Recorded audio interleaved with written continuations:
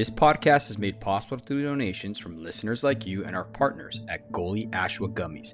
You can find them at goalie.com. Use promo code The Show Up Dad Foundation to get 10% off your order. Zenderance Active Wellness and Sports Nutrition. Their products are designed to maximize your health. As Zenderance, they strive to support and have a positive impact on the wellness of every hardworking dad.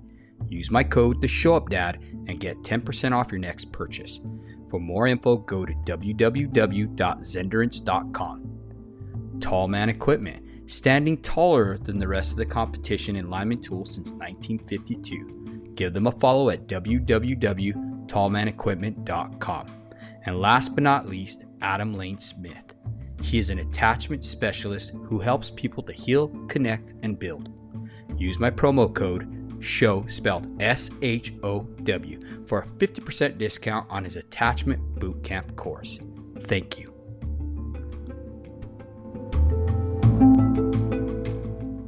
Welcome to the Show Up Dad podcast. It is created for hardworking fathers. At the Show Up Dad, we recognize that fathers providing for their children is certainly important. But when men truly understand their unique role and gain the knowledge and skills to be great fathers, they can transform and impact future generations. Today, I have Paul Petroski. He is the co-founder of Evimero Couples. They help couples create intentional, healthy relationships by teaching them how to develop growth-minded skills to break the cycle of conflict. Paul is a personal growth junkie, passionate about helping couples come together to apply personal growth strategies to their relationship. Paul lives in Denver, Colorado with his two beautiful kids and chunky lab, Isabella. In his free time, he is either biking through the trails of Colorado or jamming on the drums whenever possible. Welcome to our show, brother. Thanks for having me. Absolutely, man.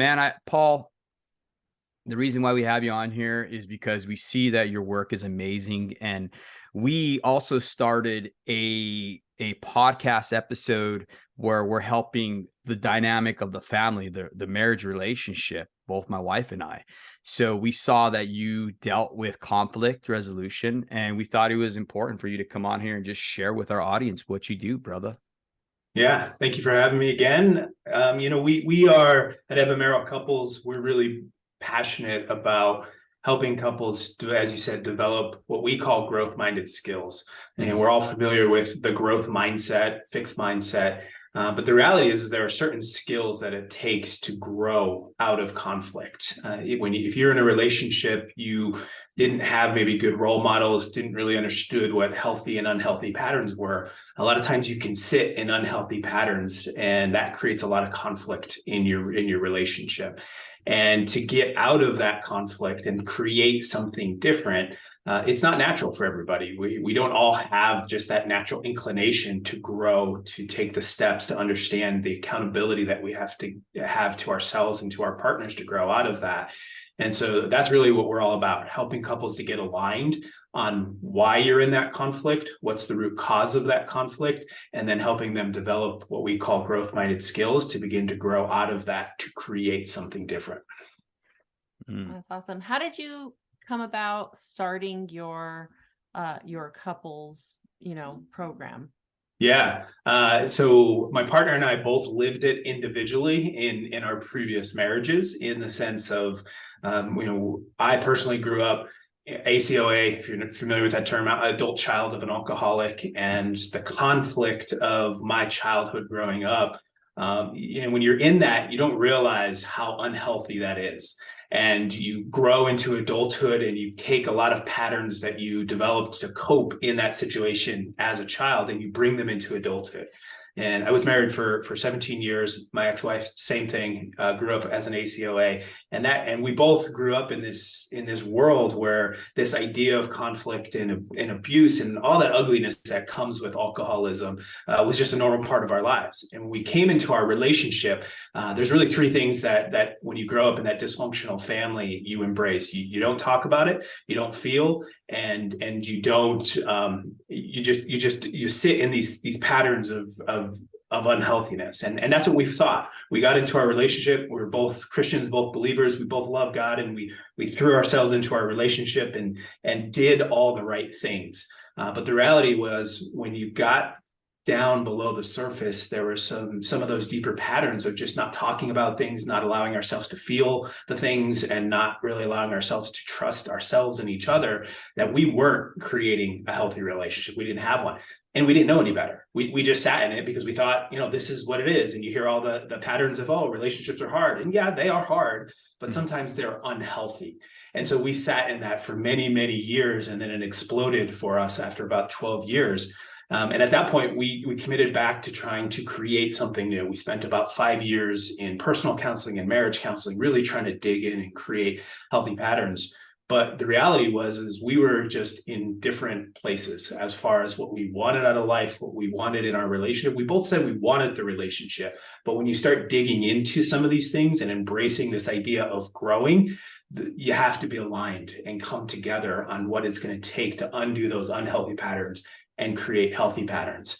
And after about 5 years, we realized that we just weren't on the same page. So to answer your question, it was my own personal journey, and my business partner had a similar journey. And as we went through that, we realized there's a lot of people that sit in unhealthy relationships because they don't know any better, because that's all they've ever known. And so we were really passionate about just helping them understand there is a definition. Yeah, relationships are hard, but they don't need to be unhealthy. And you can create healthy patterns in your relationship, and you can grow out of those unhealthy patterns and create something different to create a healthier relationship, which then creates a more fulfilling relationship.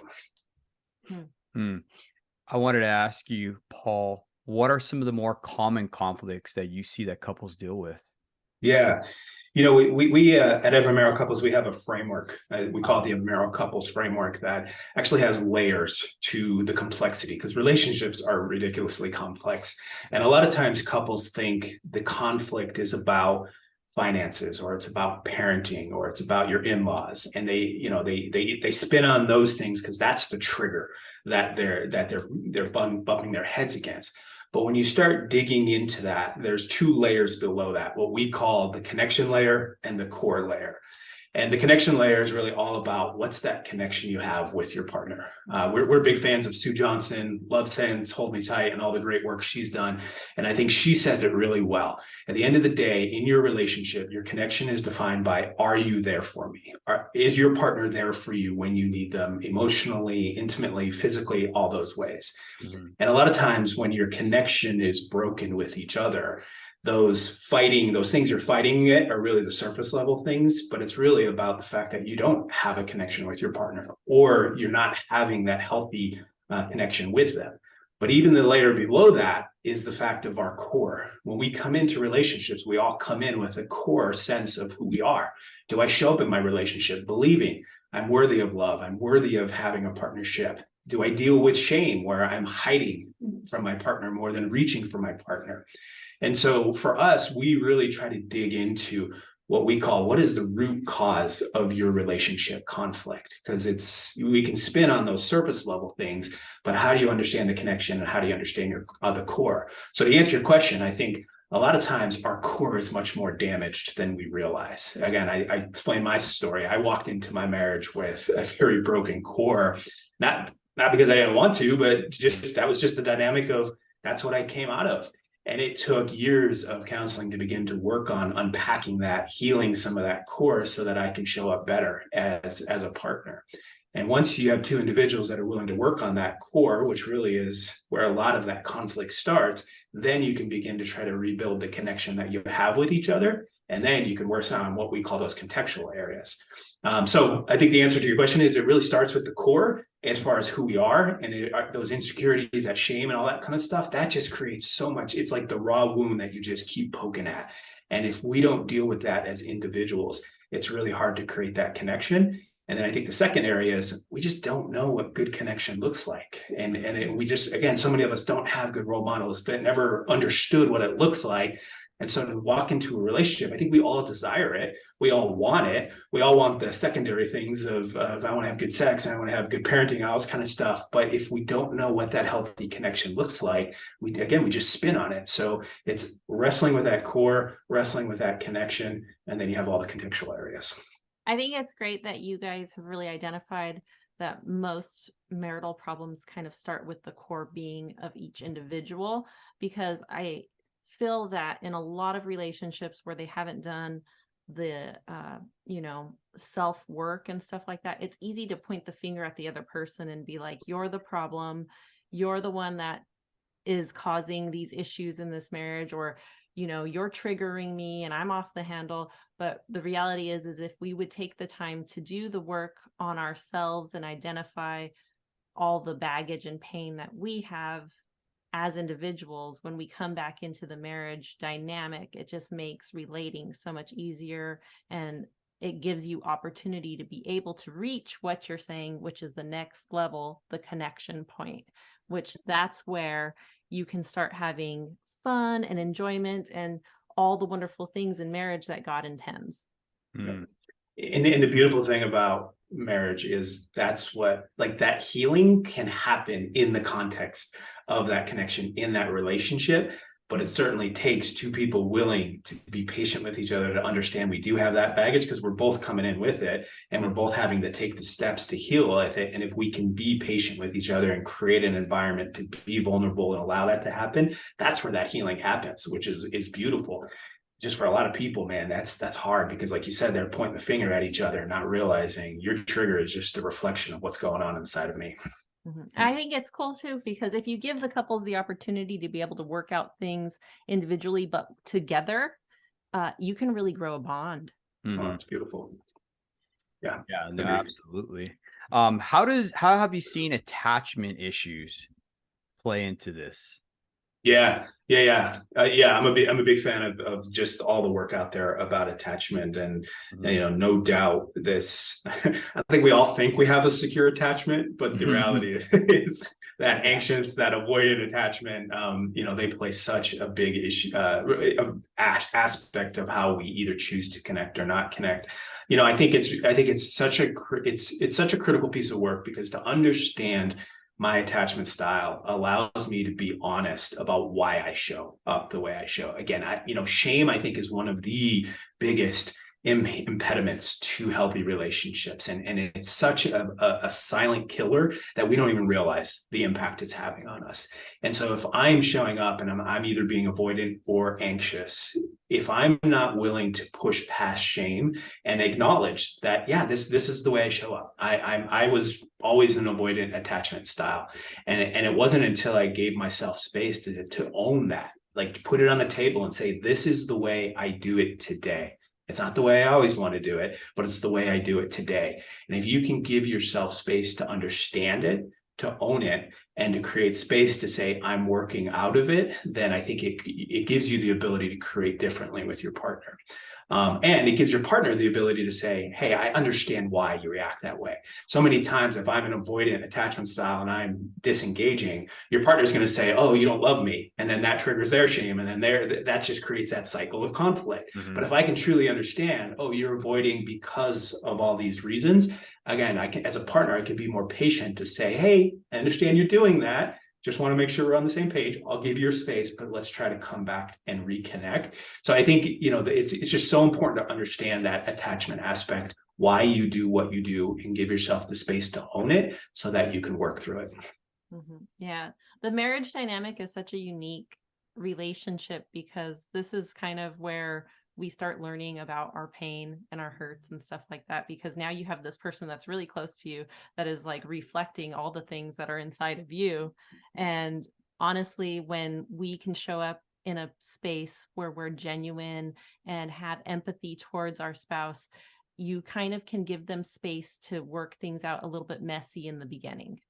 Like, say it messy. You can't always say things exactly or articulate what you're feeling exactly in a perfect way in the beginning. Sometimes you have to talk a little bit messy or do things a little bit messy in the beginning until you start getting a rhythm and a footing, and to be able to, have a spouse that is understanding and say, hey, I'm there too. Yeah, it can hurt and stuff like that, but man, I'm working on stuff too. That's where we want to see our couples going, right?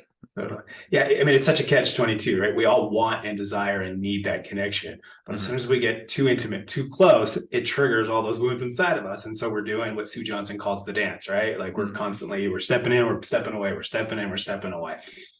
Yeah. I think a lot of times too, that it takes a level of patience, like my wife was saying about in the beginning, you're trying and all this different stuff, and you're allowing that person to talk, right, and allow them to be messy in the conversation, you know what I mean? But that requires patience. It does, definitely, especially if you're getting really triggered because Mhm. something you perceive it as something that maybe it wasn't intended for. So yeah, having a level head. So that, how can people kind of manage their emotions in moments when they're triggered and a conversation has gone to a place that's a little bit South. heated? Yeah.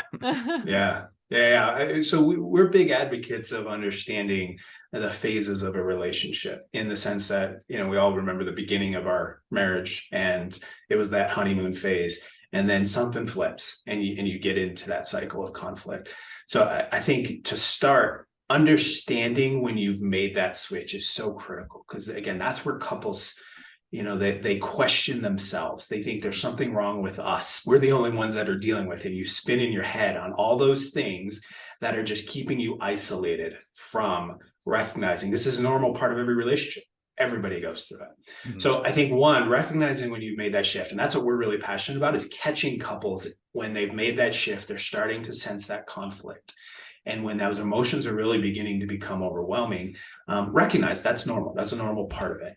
Mhm. But then I think, really assuming good intent. It's so simple, yet it's so hard at times, because the longer you stay avoidant in addressing that conflict, the harder it is to assume good intent with your partner, because you just feel like they're intentionally hurting me, or the pain just keeps coming and coming and we can't work through it. And so I think being able to, one, assume good intent, that, this is a person who says they love you, they're in this committed relationship with you. That in itself is no small feat. Like, sometimes I think we underestimate committing to somebody and being willing to marry them is a huge step in life. So if somebody has taken that step with you, they did it for a reason, because they saw something within you. They love you and they want to work this with you. Mhm. So like not allowing ourselves to slip into the negative talk about our partner, and assume good intent, that they're there for a reason. They saw something in me and they're not intentionally trying to hurt me, because we can spin in our heads when that happens. The emotions are rising and I'm telling myself a narrative that's making my emotions rise even more. So being able to step back from that, being able to assume good intent.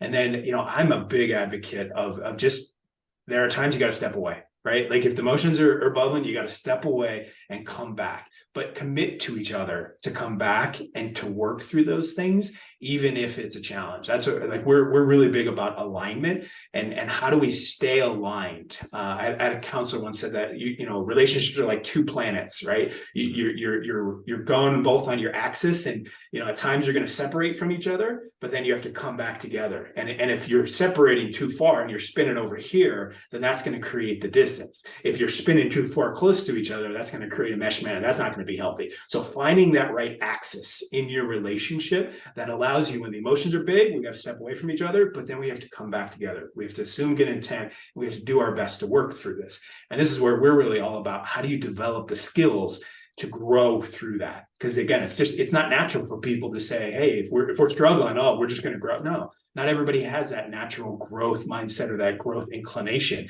So how do you teach people, not even necessarily communication skills or conflict skills, but how do you teach people to grow together? I think we all know about personal growth, and I can embrace personal growth, but how do you grow as a couple together? What are the techniques of embracing a growth mindset and putting infrastructure in our relationship to say we are growing together? Because if you can teach people that, then they can work on communication skills, they can work on conflict resolution, they can work on all the secondary things, but how do they grow together and stay aligned in that process? That's what we're really all about.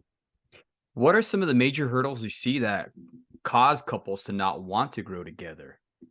Yeah, I think, for a lot of couples, it's just that, again, this concept of personal growth has been very personalized, and it's very much used in the business world or the entrepreneur world. Oh, that's for people over there.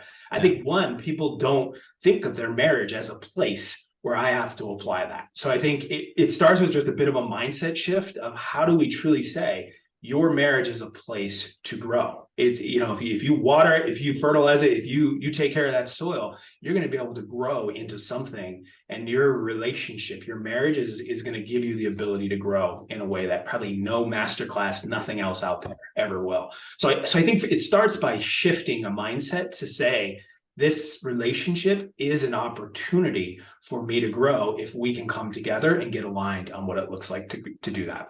Mm-hmm.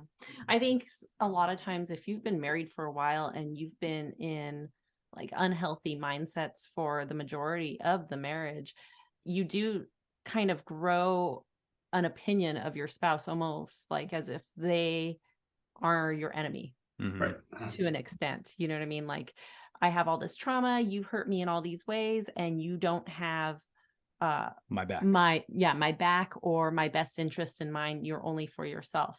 And I really think that's attributed to like what we talked about earlier in the podcast as far as attachment styles go. Sometimes, like, I'm an anxious attachment style. I'm healing that, working through that. David deals with avoidant attachment style. So the way that he handles things is very different than the way that I handle things. He would tend to avoid conflict and kind of just be like, okay, this is how it's going to be, blah, blah, blah. But because he didn't want to deal with going through the conflicts, whereas I'm like, let's attack it. Let's like deal with it. And so that would leave him feeling very attacked when we were discussing things, you know what I mean? And then I also felt very attacked because, or not really attacked, but I felt that you were leaving me. What is the word? Abandoned. Yeah, you were abandoning me. She felt abandonment. Yeah, I definitely felt abandonment through that. So, and I think you can go to a certain extent working together, but your own attachment style and your own trauma and stuff like that can actually block the work you do together if you're not actively working on that as well, or you're not aware of that too. But I did have a question as far as like, how can couples not feel attacked during their conflict? Like, I know a lot of men feel attacked when women bring up the past. And I know that's a big issue. That is a huge issue. But women feel like there are things, they'll bring up the past because they feel like something's not resolved. So how can women approach men in a way, and how can men change their mindset in a way where that kind of stuff doesn't feel like an attack? That's a great question. There's a business book out there, and I can't remember the name of it. It might be The Power of Why. I can't remember who the author was, but the premise of it is, particularly in business, anytime you're saying, oh, we need to do this initiative, we need to do this, you have to ask why 5 times to really get to the root of what it is you're really trying to accomplish. Because a lot of times people sit at the surface level and that's all they've thought about. And when you dig into the why, you fundamentally can understand, is this really something that we need, or is this just something that's just external to what the organization needs? And I think that same application applies to relationship. It may not be 5 times, but if I'm feeling attacked, you're obviously doing something that is making me feel that way. I can react in that moment, or I can use the power of why and start digging deeper into it. And you may not be able to articulate it, but I think if you can, why? Well, like, okay, you're telling me that my past is in, why? And if I can start to dig into what you're bringing the surface level fear to me, anxiety, whatever. But if I can start digging into, well, so hope you get down to the level, well, my dad was never there for me growing up, and so I always felt unworthy of love. And so you start digging into that. I think that creates the space for empathy and the space for connection to try to step back from the immediate reaction and digging into trying to understand why my partner is, whether they're attacking me or not, they're obviously coming at me about something that's impacting them. So if you can do that power of why and dig in with each other, I think that just gets to those deeper level things. And that's where connection points come, right? That's where I can actually connect with you, because I get it. It really has nothing to do with me. It has to do with the fact, yeah, that would suck if I was in that situation as a kid. I totally understand. And then I can empathize more with you, and you start digging into some of those deeper patterns of what's going on. I love that you say that. It's very interesting because I think people don't understand the way that the brain categorizes trauma and feelings and things that we've been through. And the way that it categorizes these things is that it doesn't do it by event. It does it by feeling. So if you have a situation where you felt abandoned in your childhood, and that's your core memory of the abandonment, or the core, memory that's tied to that feeling, your brain's going to create like a folder basically for that feeling.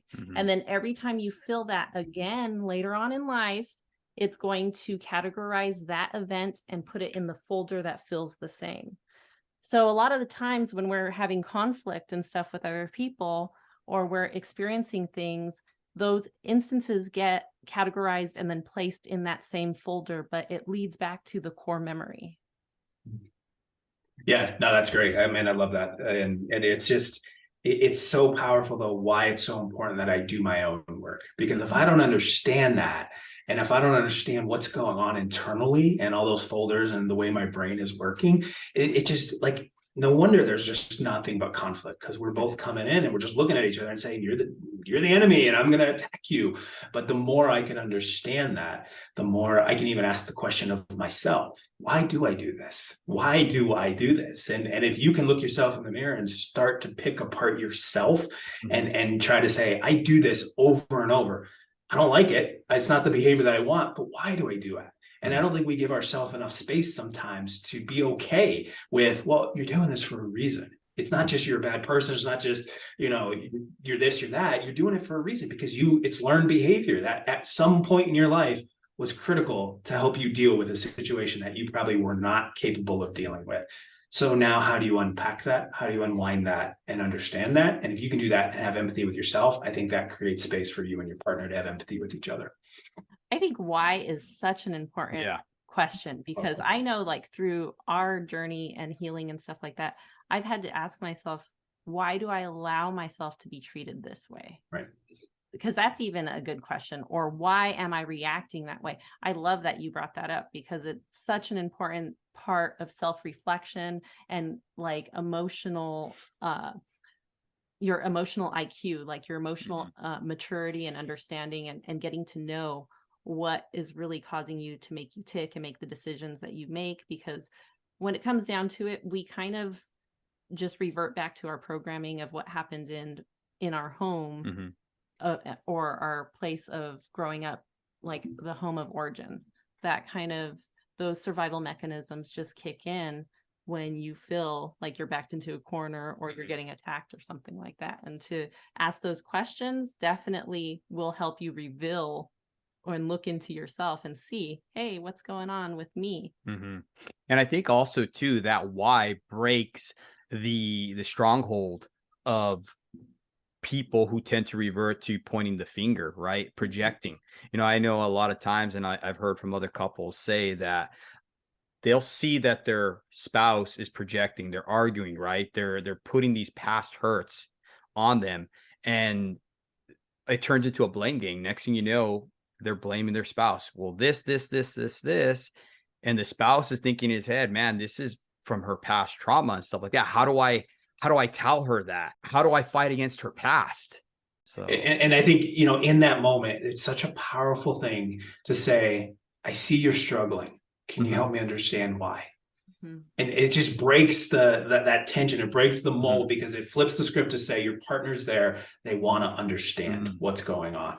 And when we're seen, when we're heard, we're validated, it blows things up. It breaks down that aggression that we often bring into those fights. And if you can do that, John Gottman has an Instagram post where he refers to those moments as the porcupine, right? Your quills go up, and the porcupine, you got to just come alongside, you got to caress their face. And that's how you get the porcupine to have their quills come down. And you just got to caress their face and say, I'm here for you. I'm here for you. I'm here for you. What a great way to display empathy. What a great analogy. Yeah. And it's so true, because I know for me and her, when we're fighting or arguing or whatever, right, we're having our moments. Sometimes I have to tell her, hey, I'm on your side. Right. I'm on your side. I got your back. Yeah.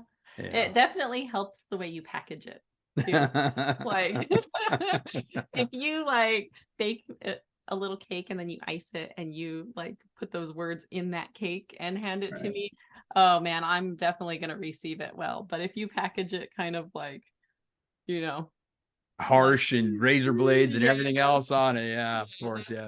And that's certainly something us guys need to work on is the packaging. We have not been trained to understand packaging. Sometimes whether it's business, whether it's the military, wherever you're at, it's all about you come in hard and that's your job as a man. And then we come into these relationships and we're like, man, why isn't that working? And we do have to work on that packaging. Yeah, we definitely dealt with that in our marriage because my husband was a lineman for so long and he would kind of bring the same mentality into the home with the kids and me, and it just wasn't working out. So packaging is so important, how you approach it and deal with it and the tone. I think a lot of times too, as men, when you're in your job or whatever, and like say for instance, me being a lineman, okay, as an apprentice, you're used to getting your teeth kicked in nonstop. You're being told you're worthless, this, you suck, all this different things, okay?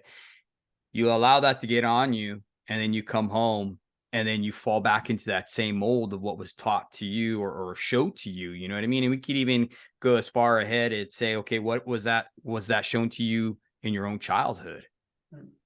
Falling back to that default. And I did that with my wife because that's how I was raised, and being in the lineman industry as an apprentice, that's how I was talked to as well. So I would come home and start projecting that onto my wife, and she'd be like, hey man, you need to chill. You can't be doing this. You can't be talking to me like I'm one of your people at work or whatever, so it's definitely being able to package it correctly and give it to them so they can receive it. Right. Yeah. Because, people don't realize how easily, especially when you've been married a long time, how easily you can pick up on somebody's tone. Tone is so important. So how can couples start to restore intimacy in their relationship if they feel like, hey, I'm just not in love with you anymore? Yeah, that's a tough one. And, I think it starts with accepting and understanding why are you here. I mean, we don't just wake up one day and say, I don't love my partner anyway. That usually is a byproduct of years of, again, whether it's unhealthy patterns, avoiding each other, not setting your relationship, your marriage as a priority. I mean, the list goes on and on.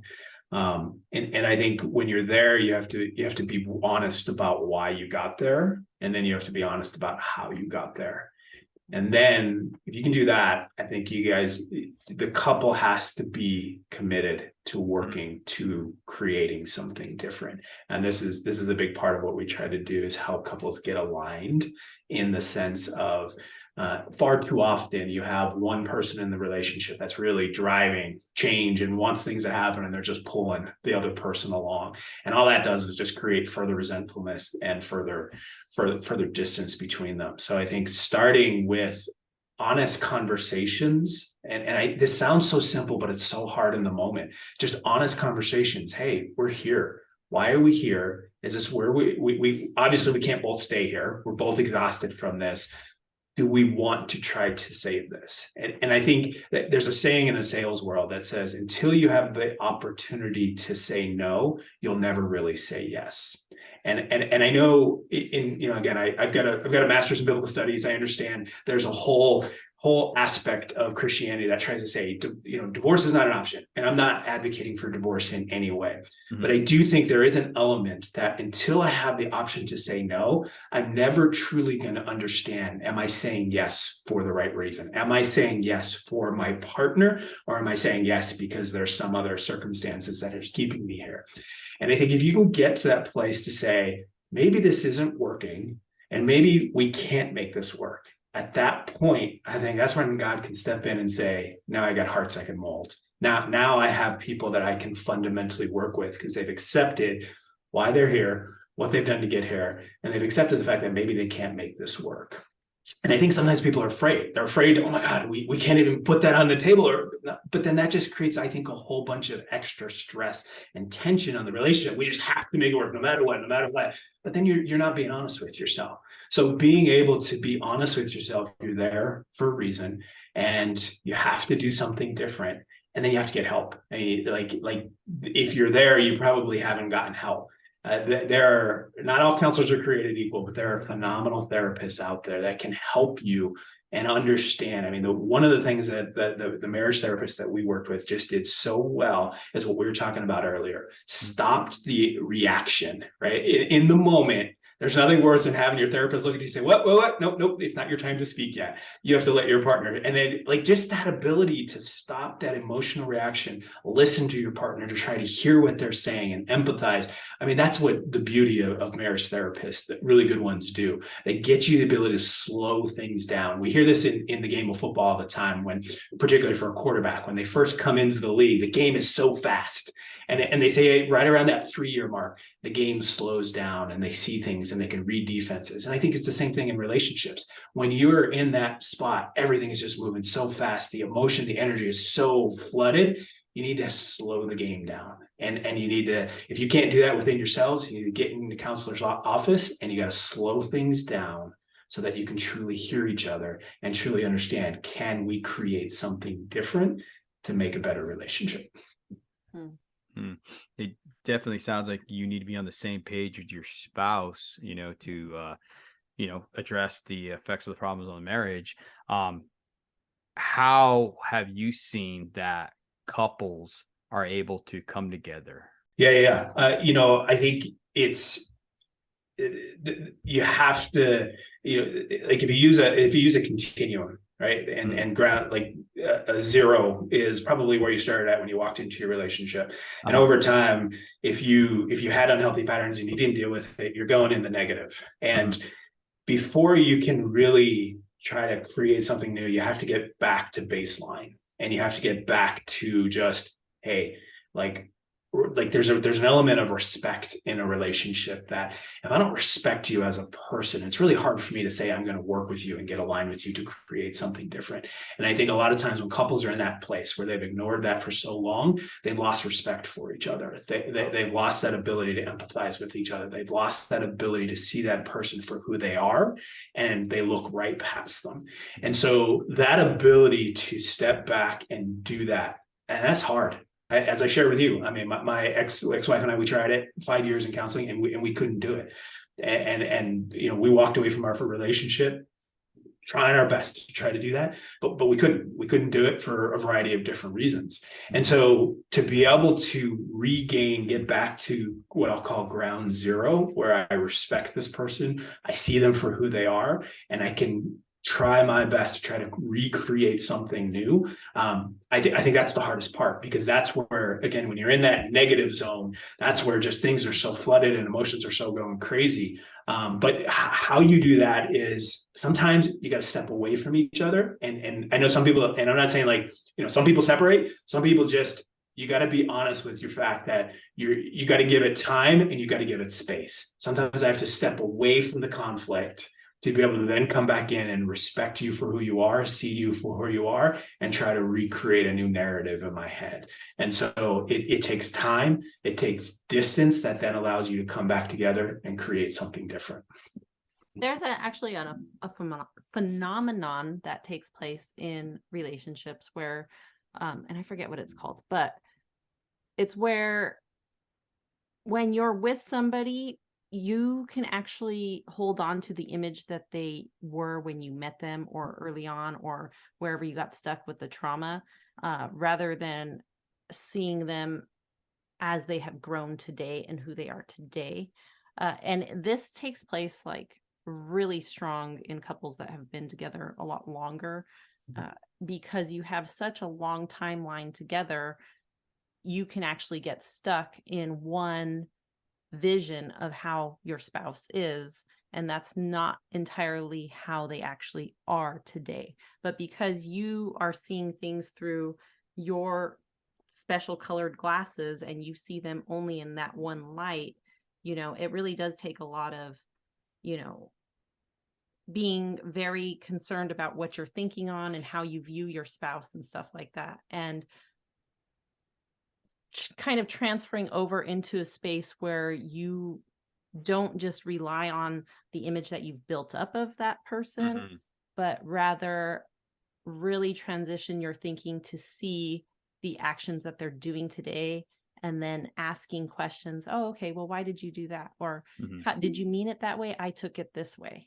And I really feel that that can really change somebody's perspective on their spouse, because I know that you and I got stuck in that kind of cycle at one point in time. Like, you saw me a certain way and I saw you a certain way. And man, after doing a lot of work and a lot of empathy and just really being intentional in our marriage, we've really started to transition those images of each other, wouldn't you say? Yeah, of course. Yes. You hit it right on the head with that, babe.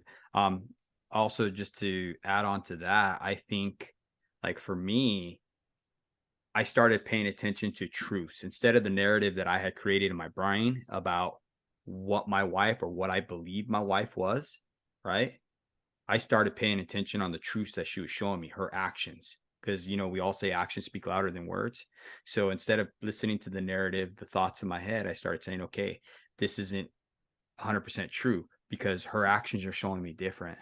And that's what helped me to really start looking at her through a different color of lens as well, I definitely think that our own personal narrative that we create is the worst enemy in the marriage. Absolutely. Because the narrative, a lot of the time, we're alone in our own head, building a case against our spouse. And, the spouse has no idea that we're cooking dinner and cursing them or, whatever it is that's happening. And you turn around and kiss your spouse. Oh, hi, I love you. But, deep down inside, you're seething and you're building resentment because something wasn't resolved, or, you continue to see things the way you want to see them rather than asking questions and, being intentional about, what you're trying to see and if you are seeing changes. My therapist used to always say relationships are extremely experiential, in the sense that the experiences we have in those relationships are going to dictate the narrative in our head and then dictate the feelings that we have in those relationships. And when you've been stuck in that pattern of seeing somebody a certain way, well, how do you get out of that? You create better experiences, and you create better experiences with each other. And a lot of times, people struggle with that. Oh, do I have to take the first step? And why should I do this for them if they're not doing anything for me? And then that creates a whole nother narrative. But if you can create different experiences in your relationship, then you can fundamentally change the narrative within it. I think that is so huge, because if you're a parent or you've been married any significant amount of time, sometimes you forget how to have fun. Yeah. Holy cow. You could be having fun early on in the relationship and stuff like that, and then life hits and you get stuck in this like day-to-day type of routine, and you forget that the person you married was a rock climber and you guys used to go and do crazy stuff, and now that you have kids you can't do any of that. And man, if you just go out and start having new experiences and remember how to have fun, learn how to have fun again, it can change the whole environment of the relationship in a big way. Yeah, it's unfortunate that we become very boring after having kids. It is. But it doesn't have to be that way. It doesn't have to be. No. And what better way to show our kids than, we're fun? Because I got teenagers now, and they think I'm not fun at all. So my daughter thinks I'm a savage, man. She's like, this guy's over the top. We had a conversation last night though about how sometimes like our attachment style can create us to be like a stick in the mud sometimes too, because you forget how to have fun, and a lot of your own default programming kind of takes over, where you find yourself in fight or flight all the time, and you're just in survival habits over and over and over. And so you really visualize your life wanting to have fun, but you find yourself in these situations where it's difficult to do that sometimes. I know for me, I deal with anxiety like major after social events, and I used to be a very social person, and now I'm just like, after I have a social event and it's with great people and everything, I'm like a mess afterwards sometimes. I find myself trying to avoid. Yeah. I talk, I communicate, I have to go speak and stuff like that. But after that, it's like I want to just withdraw and avoid. But so Paul, how can couples redefine commitment growth, and why is it so important to be able to do that? Yeah, we've been throwing out a lot of terms here in the last 45 minutes or so: attachment style, anxious, all that kind of stuff. I think one of the biggest things we can do is find a language to describe things. So many times we get stuck because I don't have a language to describe. If I didn't understand attachment styles and why I'm either secure, like that just opens up the door to put a language into what I'm struggling with, so then I can communicate with. I mean, there's a reason why communication training and all that kind of stuff is the number one aspect of relationship help for people. And I don't think it's necessarily about communicating. It's about, if we don't have a language to talk to each other, then we fundamentally cannot solve the conflict. And then we just continue to spin with each other and we can't grow past that. So I think, this is why at Evimero Couples, we are so big on resources to help people find a language, whether you're dealing with your core connection, these contextual areas, whether you want something deeper purpose in your relationship, you have to have a language to describe this stuff. Otherwise, you just don't understand what you don't understand. And so I think reading about relationships, listening to podcasts, all this kind of stuff gives us a language to say, hey, I don't understand that, but I want to go research that. And if you can be inquisitive and be curious about this type of stuff, that just creates an atmosphere. Curiosity creates an atmosphere for growth. And if you can be curious about things I don't understand or things I'm wrestling with, and take intentionality with podcasts, with books, with courses that are out there, I just think that gives you such an ability to grow out of things, whether it's the past of who we are, whether it's the relationship conflict we're in. If I have a language, I can grow out of it because I can now communicate it, and I can define why I'm here. I can define where I want to go, and I can define the steps I need to take to get there. No, I agree with you.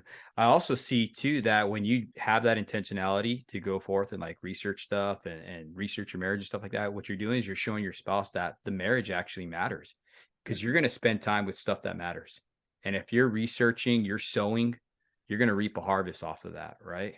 And it's showing your spouse that, man, you matter so much. This relationship matters so much that I'm willing to invest into reading this stuff.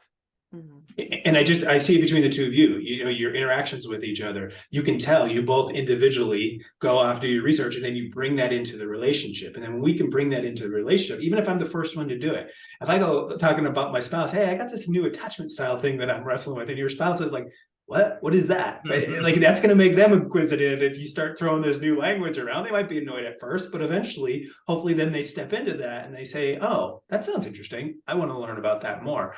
And when you're around couples that have done that, like just observing the two of you can tell you've taken the steps to understand, to grow, to learn. You bring that into your relationship. And when you have two people doing that, I think that's just one of the most powerful things in the world, whether I'm trying to get out of conflict or whether I'm trying to find a greater purpose of our lives together. When two people are doing that intentionally, it just explodes and creates an atmosphere for growth.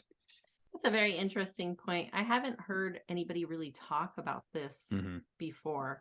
But when you put it into perspective of how important it is for people to have a common language of understanding in the marriage, it really makes sense to me, because, man, there's a lot of things that we see happening in our relationships that we don't have the correct language for, the correct words for. We don't know how to describe what exactly is happening even in ourselves. And sometimes we don't even know that there are terms that help us define those things. So, I mean, that's a great point to bring up. And I think that would really help a lot of couples. And at the end of the day, people really have to choose their hard. When you're married, you have to work hard and do things that can feel hard to, and out of your comfort zone in order to keep that marriage together. But also when you're divorced and you're single, there's another aspect of hard that you have to deal with too.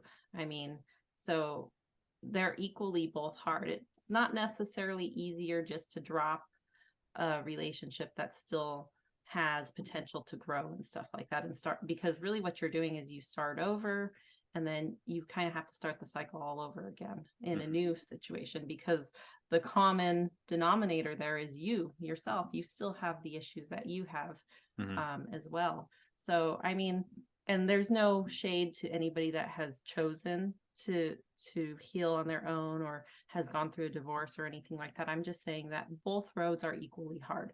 One isn't necessarily easier than the other, and they both have their challenges and difficulties, and they also both have their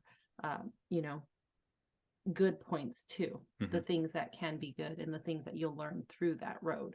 And it's individually, your life, and you have to make decisions that are right for you and your marriage and your kids and everything like that. So well said. let's see here, honey. We got a couple questions that came in, Paul. Let me see here. One is, should there be boundaries if you feel that the argument stems from their past hurts, projection? No one can fight someone's past. What do you say to that? Yeah, yes. And that, sometimes it's easy to take on the pains of somebody's past in what I mean by, if that's coming up in a conflict, if I don't have a healthy boundary to know where I begin and end, where they begin and end, it could be very easy to just say, oh, they're upset, I must have done something wrong. And that's not always the case. I mean, obviously, Dr. Henry Cloud is the king of boundaries, whether it's his books, his boundaries.me portal. It is so important in any healthy relationship. It kind of goes back to the analogy of the spinning wheel, of the spinning planets. I have to know where I begin and end so that I'm not taking on that other person. And I have to be very patient with the fact if that's the case, because sometimes we can put up boundaries and just like point, put the hand up and point to them to say, oh, that's your issue, not my problem, go away. But that's not going to help resolve it. So there is an aspect of putting up boundaries so that you can understand what's you, what's them, but then doing it in a way, that delivery, that packaging, so that they can understand this is something that they have to reflect on and work on, but creating the fertile ground for them to do that in. I like that. Yeah, that was a question that came in, and I was like, well, I got to ask him, because that seems to be a big one with men out there today. I also wanted to revert back to what you're saying about creating a language that you guys can both understand. When you were saying that and you're talking about that, I thought about it because I'm in the education field. Okay, I'm an instructor, and I see that as it relates to even the students that I talk to. In order for me to get them to understand the information, the why, like we talked it, I have to put it in a way that they can understand the language, simplify it basically. So I see that both at that aspect, and I could see that taking it into our marriage and being able to have the same communication and being able to share that with our spouse in a way that they can understand it as well. So I like simple. Keep it simple. Yeah. What I mean? And what you just described, that process is what, we're just so passionate about, is how do you help people grow? Because again, if I can teach you to grow, if I can get you aligned, teach you to grow as a couple, you can figure out, is it the core, is it the connection, is it the contextual areas that you need to work on? But so if we can teach people those skills of coming together, staying aligned, and growing together, you can tackle almost any problem that you have in your relationship. What are some signs that people might, like early signs that people might be heading down the wrong path in their marriage? Yeah, so on our website, we actually have a quiz. It's 5 patterns to not ignore in your relationship. And it asks some very candid questions in 5 of the core areas of just around how you're perceiving your relationship. I think some of those early signs, there's obviously some tactical things of we're not having sex anymore. Obviously, our connection's broken, some of those things. But I think when you start feeling hopeless about your marriage, when you're starting to face what we call compare your reality with the perception of people's Facebook world. Like we do that sometimes when our relationship is struggling. We look on Facebook and we say, oh man, they got it so good. Or we look on Instagram and we're like, man, they got it so good. And that just creates this like emotional response inside of us, which I think sometimes we say that's bad, but I don't think it's bad. I think it's telling you something within that something's wrong at home. And when you start doing that, when you're starting to compare yourself, you're starting to feel hopeless, you're starting to wonder what if, when you're starting to wrestle with those things, I think that's when you have to step back and not ignore it. And that's what I'm like, we're so big about building a community of people that are in that place to say, don't ignore it. It's not a problem that you're there. It's a problem if you do nothing about it. And if you're around other people, because again, it's another adage about like when you have kids, you begin to just isolate yourself from any kind of healthy couples. And if you didn't have healthy parents, then you're now sitting in this world where you're spinning with these little things and you're just like wrestling with who you are in your relationship now. And that's where then it starts to break down. But if you can stay connected to some community, to a church, to something like that, there's something about that helps you to not allow yourself to get sucked into there's something wrong with us, but be willing to step up and say, yeah, there's something wrong with us and we need help, and that's okay. How can we help men kind of jump on that bandwagon early on? Because I feel that there's kind of an influx of women that will address the issues early on, and the men really think that everything's okay all the way up until disaster kind of hits. So how can we get men kind of on board to being more intentional about their marriages? Yeah, no, I think there is something about that I don't know what the statistics are, but the reality of women willingness to try to solve a relationship versus men is ridiculous. And I think part of that is women are just natural nurturers. So they're trying to nurture the relationship, whereas men, we're trying to go out and support the family. And so that dynamic of, well, is that my role? So I think helping men understand, yeah, it's your role just as much as your wife to nurture your relationship. I think, there's so much of emotional intelligence. You hit on it earlier, that if I was to spend the rest of my life, it would be just running emotional intelligence programs for men, because we are just so ill-equipped, because most of us grew up with, whether it's militaristic. I mean, my dad was an alcoholic. He didn't demonstrate emotions. He just got angry, and that's all I ever knew. So I was never taught what is healthy emotional intelligence in the context of who I am as a person, how I bring that into a relationship. And we've done a disservice to generations of men who just don't understand, how do I bring my emotional health into a relationship and feel safe enough to be vulnerable and to connect. So I go back to the language. Like we have to normalize for guys talking about vulnerability is okay. And it's okay to say, I don't have a clue what this is. This scares the crap out of me, but I know I got to do something different because, my marriage is falling apart. So it's beginning to normalize. One, that's the experience we had. We've been dealt a tough deck of cards, and normalize that language with men so that they can begin to shift the narrative in who they are. Do men value like a positive, nurturing atmosphere in the marriage as much as the women do?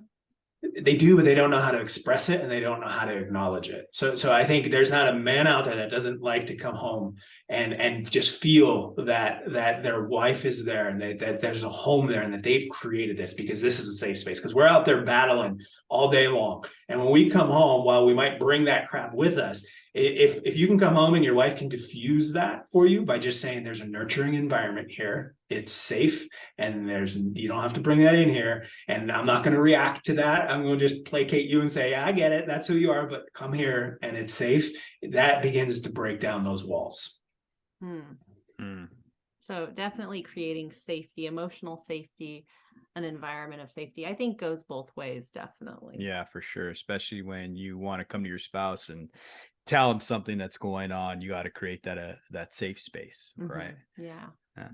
Well, Paul, thank you so much for coming on here, brother. We appreciate all the great information you've bestowed onto our audience. I want to give you the opportunity now to just share with our audience how they can get a hold of you and whatever you want to put on there. Yeah, certainly. So obviously, evimerocouples.com. You can find us on Facebook and Instagram at Evimero Couples. We're going to be launching some more formal programs here in the next few months. One, a course all about alignment, a course about how do you develop these growth-minded skills. So we've got a bunch of stuff that I talked about throughout this podcast already out there, but these workshops will be launching here late spring, early summer. Awesome. Thank you so much. And remember, definitely follow us at the Show Up Dad on Instagram, TikTok, wherever else you can find us, all social media platforms. Check out our shop at Shopify. If you have questions, reach out to us. Thank you all for listening. Thank you.